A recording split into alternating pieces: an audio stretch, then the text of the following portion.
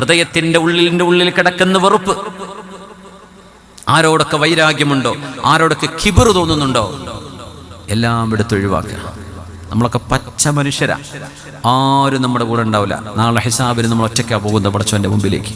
നമ്മുടെ ഖൽബ് നന്നാക്കിക്കോളി, ഹൃദയം നന്നാക്കിക്കോളൂ. ആരും ആരോടും വെറുക്കണ്ട. വെറുപ്പുണ്ടെങ്കിൽ അത് ഇന്നത്തെ നിമിഷം അത് ഒഴിവാക്ക്. ഖൽബ് ശുദ്ധിയാക്കാതെ നിസ്കരിച്ചിട്ട് കാര്യമുണ്ടോ? പിണങ്ങി നിസ്കരിക്കുന്നവന്റെ നിസ്കാരം പോലും അല്ലാഹു സ്വീകരിക്കാതെ പെൻഡിങ് ആക്കി വെക്കുന്ന ഒരു നന്നാവട്ടെ എന്നിട്ട് മതി എന്ന് പറയുന്നു. സുബ്ഹാനല്ലാഹ്. അതുകൊണ്ട് പിണക്കങ്ങളൊക്കെ നന്നായിക്കോളി. പെണ്ണുങ്ങളെ, ആണുങ്ങളെ, സഹോദരങ്ങളെ, സഹോദരിമാരെ, എൻ്റെ വിദ്യാർത്ഥിനികളെ, യുവാക്കളെ, യുവതികളെ, നമ്മുടെ മനസ്സിനുള്ളിൽ കിടക്കുന്ന മാലിന്യങ്ങളെ നമ്മൾ ഇല്ലായ്മ ചെയ്യുക. ഹൃദയം ശുദ്ധിയാക്കിക്കോളൂ.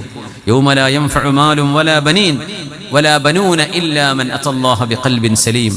നാളെ അള്ളാഹിന്റെ മുമ്പിൽ രക്ഷപ്പെടുന്നത് ഹൃദയത്തിൽ കറകളില്ലാതെ വന്നവർ മാത്രമാണ്.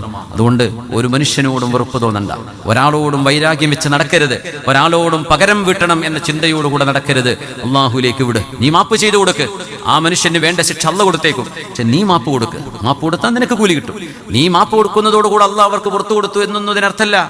അത് മനസ്സിലാക്കിക്കോളൂ.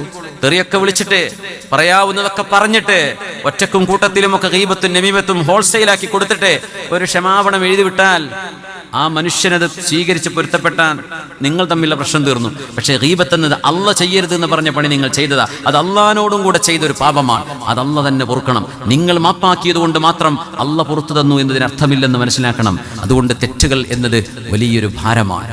തെറ്റുകൾ എന്നത് ഗൗരവമാണ്. അത് ചെയ്യാതിരുന്നാൽ നമുക്ക് രക്ഷപ്പെടാം. ചെയ്തു പോയ തെറ്റുകൾക്ക് തൗബ ചെയ്തോളൂ.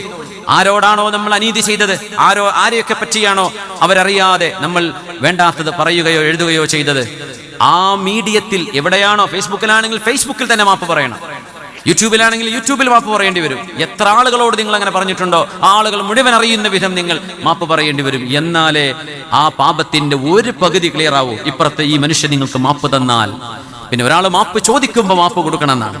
പക്ഷെ മാപ്പ് ചോദിക്കാതിരിക്കുന്ന ഒരു അവസ്ഥ നിങ്ങൾ ആലോചിച്ച് നോക്കൂ.